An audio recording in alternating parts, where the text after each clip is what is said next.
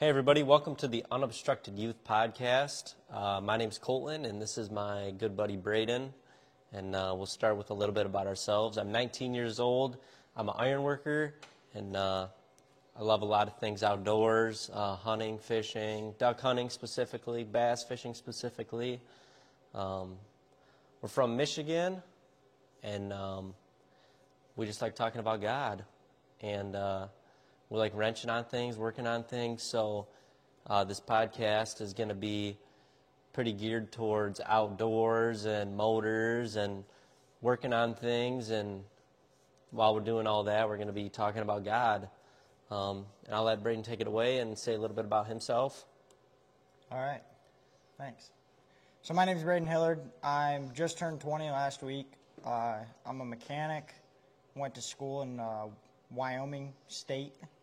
I like welding and fabricating in my free time, along with fishing, hunting, just like Colton said, specifically duck hunting, and riding motocross. So I used to race motocross. I'm starting to get back into it, but tonight we're going to be working on this puppy.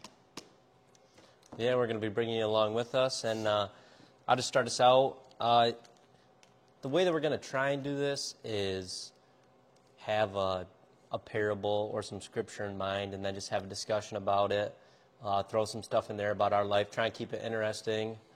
We're going to try and be marketable to people our age and be interesting, hopefully.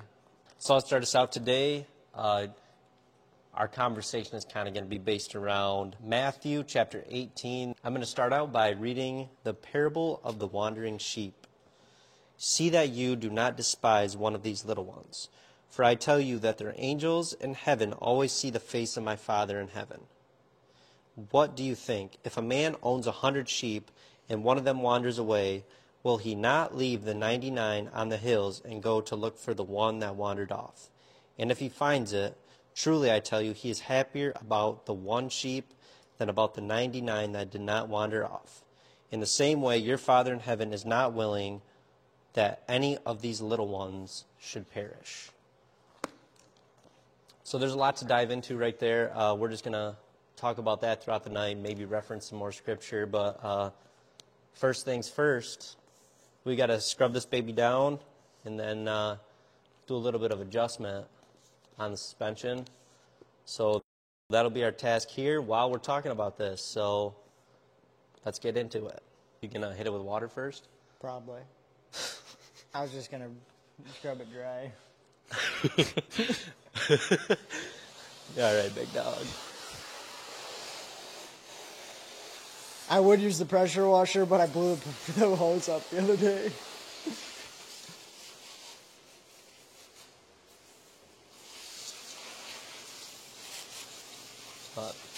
I was ripping the pressure washer, and I had the hose against the exhaust. And You melted it? while I was pressure washing my toolbox, my parents are outside right around the corner, and they just hear, boom! My mom's like, what's that? And I'm like, don't come over here. She comes around the corner, and there's a 30-foot stream just ripping out of the side of the pressure washer hose. Did you get a new hose? Yeah, my mom ordered one on Amazon. It's 50 foot long. My dad was like, what am I going to do with a 50-foot long hose? Will it build pressure like that? Yeah. Hey, you got a squeegee? Yeah, somewhere. Over there, I think. Bro, All this right. is some, like, crusty dirt.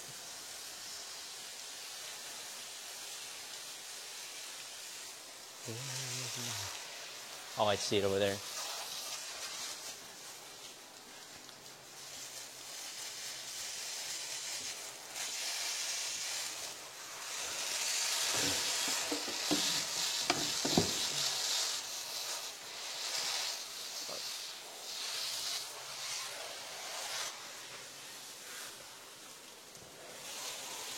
So I guess we can start with when you hear that, when you hear about the sheep, the 99 and the 1, what do you think of? Like, what are the sheep referencing in your mind? What are the sheep what? referencing in your mind? People, God's children, I guess followers. Yeah. People invested. People that are what? I guess invested. Yeah, I like that. Because I don't think it's just, I mean, I think that the 99 are probably more God's people than they are just everybody else. Right.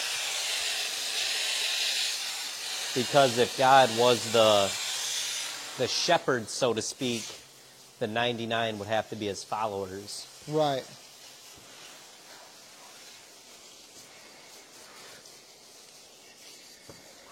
Holy smokes, big dog. We're Dude, about to clog your drain. Dude, this thing's crusty.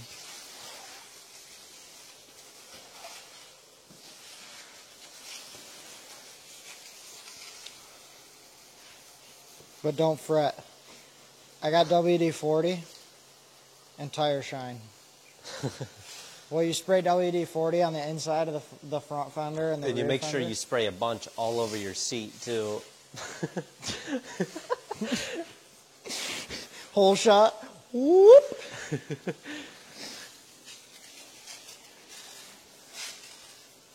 Make sure you spray a bunch all over your seat. That is absurd. And let that be a tip for everybody. When you're detailing your cars, make sure you put the leather shine on the steering wheel. When you detail your cars, make sure to grease your brakes. Dude, when I first bought my truck, whoever detailed that thing, dude, they put not tire shine, but they put like armor all over my pedals. So I'd go to hit the gas and you just hear it go, and that would be my foot hitting the ground because it would slip right off the pedal. Uh-huh.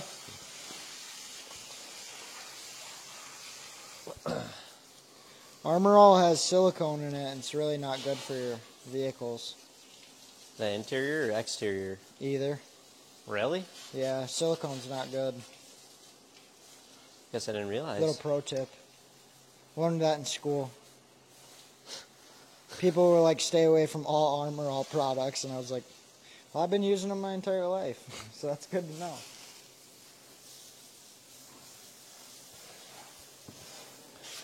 So, I guess continuing on, I don't know, I feel like I can relate to being the sheep that wandered off. I think all of us can, really. Oh, 100%. I mean, I definitely feel myself being that way. but like when we were at church yesterday, you hear all those guys telling us, man, I wish that I was in your spot when I was 19. And, Right, and we feel like we're behind. Right. I mean, at least I do. I mean, I wouldn't call it envy, but the people that have been in it and actually had like a strong relationship since they were a kid, I mean, that's where it's at. Right. But, no, I think all of us stray away at some point in one way or another. I think it's really hard when you're a kid, though, because I think a lot of people, and I don't want to say force their kids into it, because, no, it is a good thing, and I think kids should be brought into it, but I think that maybe once kids start maturing and finding their own path, they're like, oh, I did that already. Yeah. I don't need to keep doing that, you know? Well, and it's almost better, though, when you find it on your own.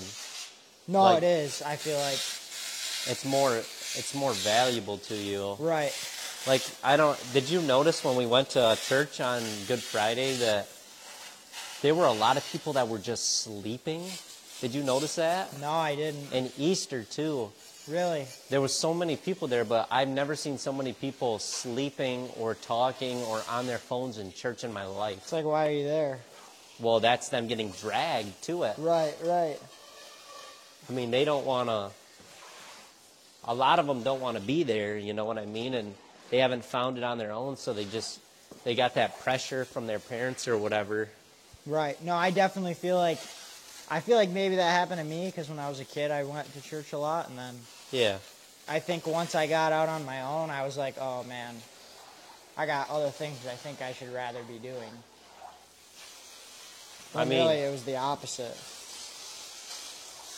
I should have been diving into it. I mean, when we were younger and we were even in our fishing days, I don't remember a single time me and you ever talked about going to church or. no, I don't think we ever went to church. No. Not that young, anyway. No. We went to the Bible study a couple times, but I don't know that our motives were. No, our motives were not there. No. You're talking about Bible study in Greenville, right? Yeah, no, the motive was not there. Dang, dude, I'm getting soaked right now. Yeah, me too. This thing's so dirty, though. Did you hit it with the soapy water? I'm about to.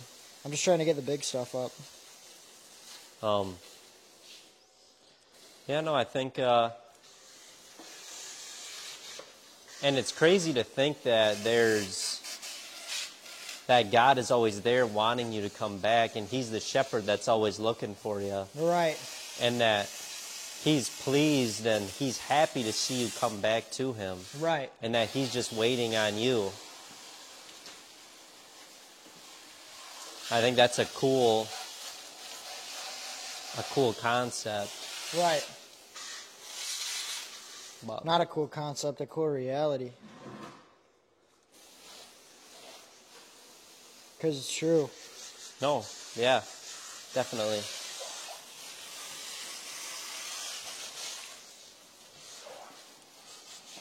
So, a lot of people would hear that parable, and their first thought would be, well, why is it that me, the person that's been devout my entire life, and I've studied and I've worked hard to get into heaven, and look at all my works, look at what I've done. Right. Why is that person more valuable, the person that strayed when I've been here my whole life? Why are they more valuable than me? Right. And I think that kind of ties into like yesterday Yeah, at definitely. men's group, It's exactly what I was thinking when you said that. because people, for some reason, are envious of those who, it's like they're gatekeeping it. Right. Gatekeeping Christianity. Gatekeeping Christianity. It's probably the best way to describe it. I've been doing this my whole life and you just started? Puh. I can't believe you. Right. Well, and a lot of things like that are stray people back away from it. I mean, Yep. just like we were talking about yesterday as well. That's the number one thing that leads people away from the church is, Other people yep, or a bad experience. or a bad experience. But Yep.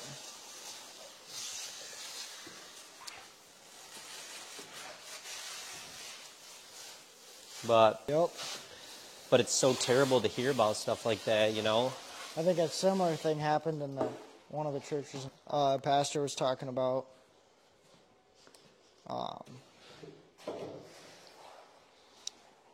like marriage and being faithful, and was definitely not doing that.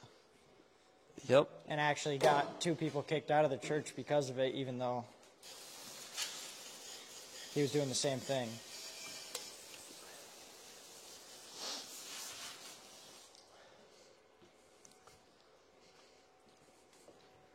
Gotta practice what you preach, Yep. for sure. And then I think we can kind of funnel that back into, so earlier in that chapter, Matthew 18, It's probably so loud.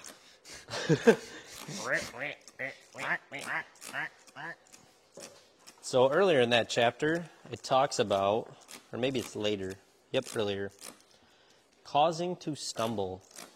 If anyone causes one of these little ones, those who believe in me, to stumble, it would be better for them to have a large millstone hung around their neck and to be drowned in the depths of the sea.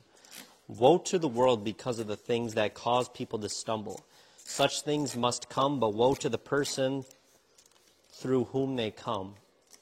If your hand or your foot causes you to stumble, cut it off and throw it away. It is better for you to enter life maimed or crippled than to have 2 hands or 2 feet and be thrown into eternal fire. And if your eye causes you to stumble, gouge it out and throw it away. It is better for you to enter life with 1 eye than to have 2 eyes and be thrown into the fire of hell. So I read that because I think that kind of plays into what we're talking about a little bit. With, I guess, people not practicing what they preach, claiming to be devout, and then their actions don't necessarily jive with what they're saying. Obviously, it's extreme, and in this instance, he's not actually telling you to cut your foot off. You might. Yeah, maybe he is. But I got a pretty sharp knife if anybody needs help. but that he would say, if your hand or your foot causes you to stumble, cut it off. And I think that message just ties into life in general, right? If you've got something that's holding you back and you feel like you got to let it go, you got to cut that thing off. If you got a person in your life and you think that they're bad for you and they're toxic and they're hindering your relationship with God and they're more interested in the worldly than in the spiritual, you got to cut that foot off, you know what I mean? Yep.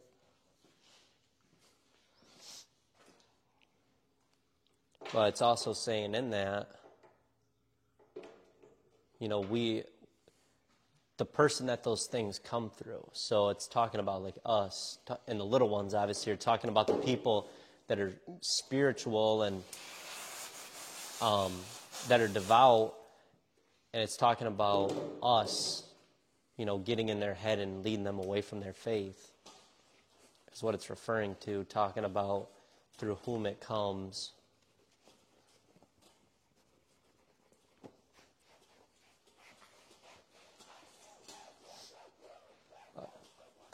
I don't know, I feel like people our age, we have a lot of roadblocks in the way that it's not necessarily a person, but society in general. We have to fight harder, I guess, to find what is right and true and fair because society is so turned upside down.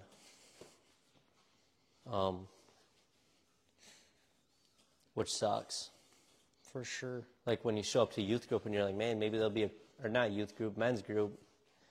And you're like, man, maybe there'll be some people there our age, that we can hang out with. But nah, not a single person. So many people our age are just so caught up in their own life and what they think is important that they don't way even better things to do. Uh-huh. But not to say I don't think like that sometimes. No, yeah, definitely guilty. But you got to reel that back in. Yep. But you're pretty new in your faith journey. You want to talk about your testimony and your story and how you really came to and your calling, I guess? Yeah, I guess I can. I'm not going to go crazy in depth with it because it could get pretty wicked, but yeah, so wouldn't say I had a rough childhood by any means. I'd say I'm not a project baby no more. I'm a suburban. Little Kodak reference. I would say I definitely had my own unique upbringing. Had a lot of deaths that I experienced in my family as a kid. Moved all around the world. Seen a lot of cool stuff that I'm very fortunate of. Growing up, even Colton got to go with me to see some states. Yeah, Home life, pretty good. Up until my teens, struggled with mental health pretty bad. I can't say pretty bad, really bad. Me and Colton were friends through that. Oh man, this is like hard to share with random people. I don't know if I should share it with random people. Basically, there's a lot more invested in there. I'm not going to go through it right now. I'm sure I'll probably go through it at some point. But turned 17, went through some more crazy home life situations, stuff. That kind of changed my life forever. And then I graduated high school and went out on my own. Moved to Wyoming. Wouldn't say I got in with the wrong crowd. I'd say I got myself into bad things. Did a lot of stuff I'm not very proud of. Was definitely very rebellious. And I talk like this was a long time ago. I literally graduated school 7-8 months ago now. And a lot of that stuff I couldn't really forgive myself for. And already having the stacked emotions of stuff I grew up with, I kind of let that stuff build up, and I never really talked to anybody about it. And then recently, I had been going to church off and on with Colton, but I didn't really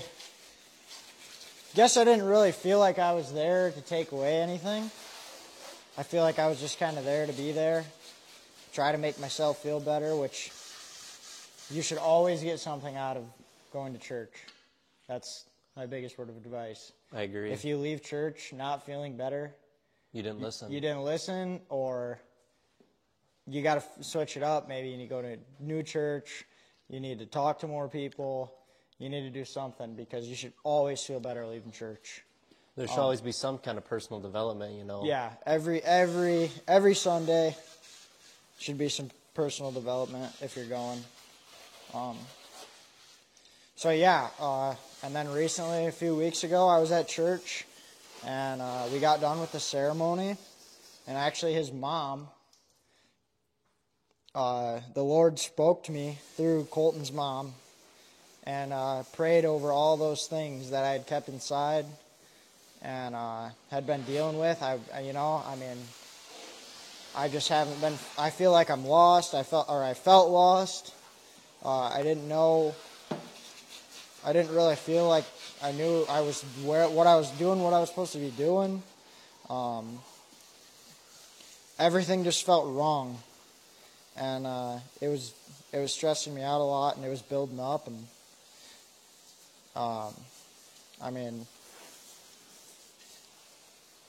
habits formed because of it, and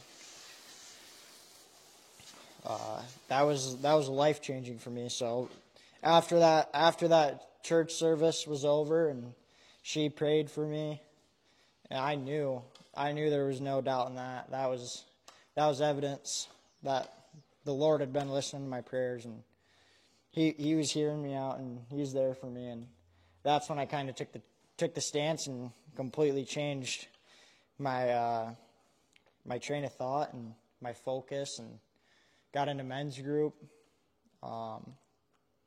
More dedicated to going to church now.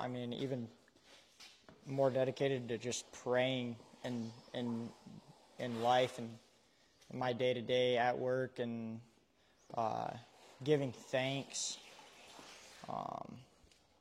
Truly worshiping the Lord. And that's a pretty short, summed up story, my testimony. I'm sure that one day I'll give a more in-depth one. Short yet sweet. Short yet sweet. I'm sure I'm not, like I said before, I know that the stuff that I went through was nothing compared to what other people go through. But everybody goes through things different ways and takes things different ways, so you can't compare yourself I mean, that's a big thing. It's, Cast no stones. yeah, because our generation especially only sees the good and compares themselves to a lot of other people and what people have and what people get to do. And I think that tears everybody up, and you really should just be giving thanks for what you do have. And I mean, we talked to a gentleman yesterday at men's Bible study, and it was our first time meeting him, and he said, seriously, go home, sit down, and write down 100 things that you're thankful for. And that's huge. I mean, be thankful that you have clothes. Be thankful that you can eat. Be thankful that you can write down 100 that you things. can write down 100 things. Seriously. Some people can't write down 5. No. Some people can't write down 1. Right. So there's a lot of good and in everybody's life. It's all about perspective, 100%. So reeling this back in to the initial message, right? There's the 99, and then there's the 1. There's the 1. You at one point were the 1. I was. I at one point was the 1. Yep. You know, everybody is the 1 at one point. Yep. And he couldn't be more glad to see that you're walking in your path and growing in your faith and your relationship. 100%. Everybody's that sheep, whether we realize it or not. Yeah. But he cares so much about you individually that he's not even looking at the 99. He's looking at the that 1. Yep. And that is so, that I love that because it's so relatable to how I felt. Like, I mean, and I'm sure that everybody's felt it at some point. You're in a low. Everybody goes through lows, and everybody's that 1 at some point. So I think that's huge, that message. But the other thing in all this is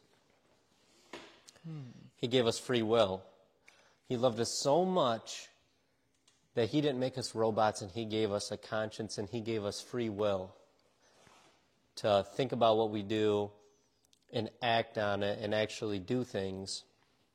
But he wants nothing more than to see you use your good or your free will and use it for good. And use that free will that he gave you to make decisions that grow you in your faith. Don't mind me. And so, say what? I said, don't mind me, just washing my bike with a broom.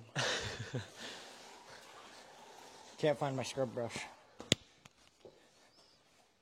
But he wants to see you use your free will and dig yourself out of that hole and be the one that comes back. 100%. And maybe be one of the 99 that helps the 1 get back. Yep. But like it says in, what's that parable from last week or yesterday? Oh. The laborers in the vineyard. Oh, yep. So basically the same. Yeah. I mean, the same ideology. Yeah. But that's how you can tell that those things are important, because he says them all the time. Yeah. He'll put it in a different way and phrase it differently, but the messages, they go hand in hand and they're similar, because what he has to say, all of it coincides and all of it is important. Right. But like yesterday, we have to be weary not to grow resentful of the 1. We have to grow weary not to be resentful of the person who is saved in the 11th hour. Right. Because we've been devout the whole time. So why is it fair that they get to be saved in the 11th hour, or they get to be loved more at one point? Even though you were dedicated for so long. But You got to be happy for that, though. right, you got to look at it as a soul coming to heaven. Right. But we're all guaranteed the same fate, the same eternity. Right. Just because you put so much more time in than one person. I mean, just like that message in sorry if I'm copying what you basically said, but you could spend your entire life. This guy, they gave our message yesterday. His name was Aaron, and he gave a super good message about an older gentleman spent his entire life into his 70s not following or chasing, and then went to a camp, and they changed his thought process and outlook, And he was all in. and he was all in. On fire, he said. On fire was his words. And a few years later, after that, the man passed away. And I mean, it's devastating because the guy spent so long without it, and he was just getting into his journey, you know, just to be taken away. But I mean, that's how it can be, and that's why it's important because you never know. I mean, anybody, it could be me, it could be you, it could be anybody that does not wake up tomorrow. So that's why it's so important to. We want to be the ones that save that person in their 11th hour. That, or I mean, you got to do it for yourself too. No, what I'm that's getting true. out of that is, yeah, you don't want to say, well, I'll eventually do it. I'll eventually do it. And then what happens when it's too late? right. Cast into the lake of sulfur for eternity. But to the people that I run into that aren't believers, a question I like to ask them is, how long is eternity? You ever think about that? No beginning, no end. Forever in one direction, forever in the other. Yep. That's a long time. It's forever. Great. Let's say I'm wrong. Let's say that everything that I believe in, everything that I've seen isn't true. That person will still have lived a better life. Somebody that doesn't believe, if they were to follow the laws that the Bible says, they would lead a much more fulfilling and meaningful life. 100%. And be a better person. 100%. But, say I'm right. You put everything into God, and you know what? You get an eternity. Yep. You get to live with God by His side for the rest of time. 1,000 times better than you're living here. Yep. Even if you're a millionaire or homeless. Well, like in that sermon last week, a smartphone is going to be,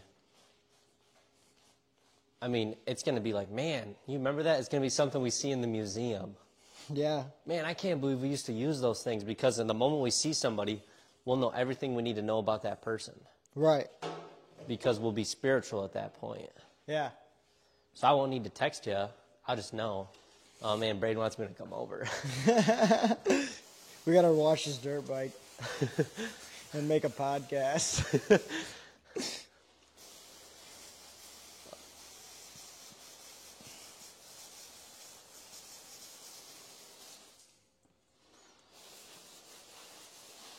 Man, this thing is crusty. You spray WD on this thing? Well, you spray it on the inner fender and the front and rear, and it'll give it a coating, so next time I ride, the dirt won't stick to it. Oh. Because I didn't do that, and that's why. But they also make like products for that, but they're just way more expensive than WD-40.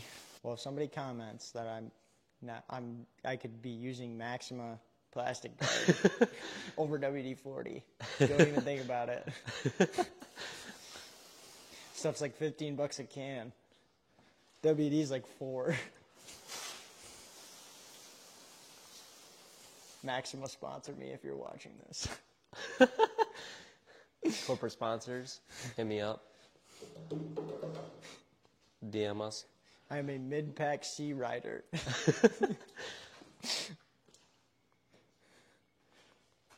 Oh, that's funny. Ranger Boats. If you're watching this, sponsor us. I don't have a new Nitro sitting in my front yard yet.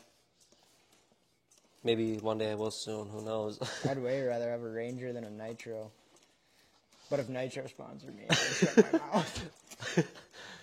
Yeah, not really going to complain about that one. Nitro, if you're watching this, no hate. This is not sponsored by Nitro, but it could be. My phone number is. Dox yourself. We won second biggest bass at Hardy 5 years ago.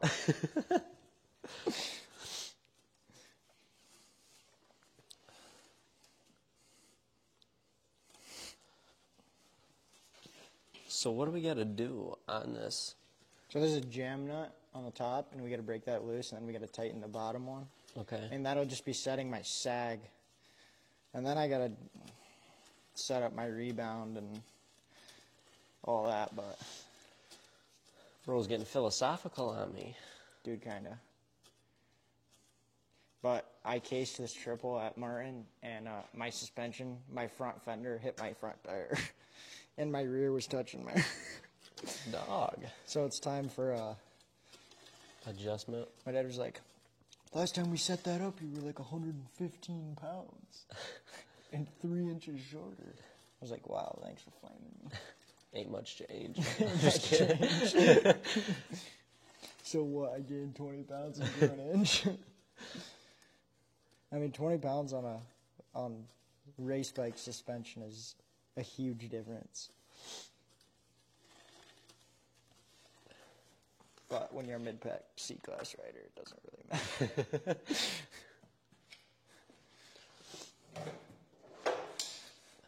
All right.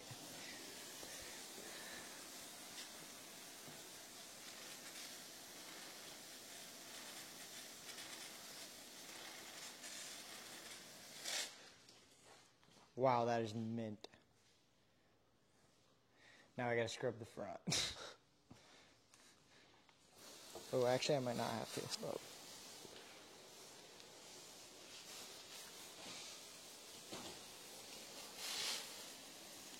What are some things that you've noticed about yourself and about your habits since you've been going to church more and going to group? Like, have you noticed anything about yourself that's changed? I'm definitely happier. I guess one thing that I really struggled with, because I'd say I was like an extremely angry person, and I kind of worked on that when I went to school. I'd say before I went to school, I was a much angrier person, just all the time, for no reason. And I definitely had still some anger inside of me, and I definitely say that from time to time. I still do, but I've been praying about it more, and I just pray about everything now. And I definitely say I'm a happier person. Yeah.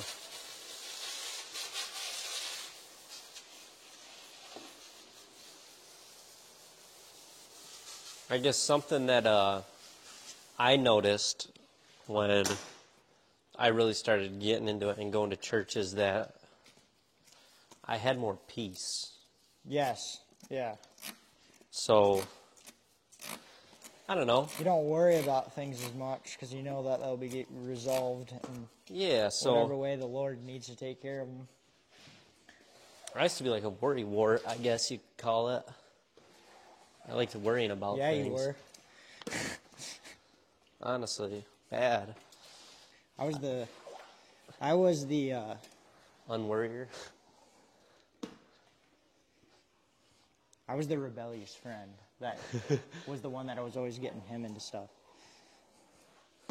Yeah. I think that. Yeah, title. get your boy Colton. We're gonna duke this out. Get Colton. What Colton do? What you getting Colton for? Bro was getting drug into everything. Get your boy Colton. No, don't get your boy Colton. Your boy Colton doesn't have anything to do with Your this. boy Colton's MIA today. Bro, like that time in 8th grade, dude, and you fought that guy, and I was standing there at my locker at like 7:15 in the morning. I just got into school, and I was like, dude, just wait for me. Hold up. And bro just took off on me and ended up getting in a fight. And I'm like, dog, where's this guy at? Suspended. I didn't get to watch the fight. Bro didn't back me up. Dog. Not that I needed it, but if I needed it, bro wasn't there. Not for lack of effort. Lack of it. Yeah, no, I used to be a worrywart, but I just have this peace. You know, I don't like to worry about things. I think if it's meant to be, he'll let it be. Life's a lot easier that way. But I think recently, I've been needing to step out in my faith, though. I just feel like I've been relying on myself too much, and I think that he's got something for me, but I just need to step out in my faith and say, hey, I trust you 100%. Obviously talking about this business. But Yeah. I'm like, oh, but what if it doesn't work out? And blah, blah, blah, blah, blah. And then there's this little tiny violin, the smallest in the world, playing for me. But I just feel like he's got something waiting for me, and maybe it isn't that, but I just haven't stepped out in faith and totally put my all into it. So I've been working on that and actually trying to, see what he's got in store for me. But I think one of the best parts about men's group in church, though, is the people that you meet there. For sure. I mean, they're just like downright good dudes. And women. But like in our men's group specifically, that's just a good group of dudes. It is. They look out for you. And like, once you get that little ounce of, man, there's a lot of stuff I could do tonight. You're like, man, I kind of want to go hang out with those dudes. Uh-huh. No, I was looking forward to that all week, honestly. Yeah, for sure. Just going there and Everybody there's got something in common. yep. And we're a lot more similar than we think. 100%. Like you look at people from the outside, man, I'm not even anything close to what that person is. Right. But then you hear them talking, you hear their testimony, you're like, they're not that much different than me. They face the same problems. They have the same thing on their mind. Yep. But we all got our own worldly human things we're dealing with, and it helps when you have a body to talk to about it. And I think it's really nice for us because we have that. I mean, yes, I would love if people our generation would go.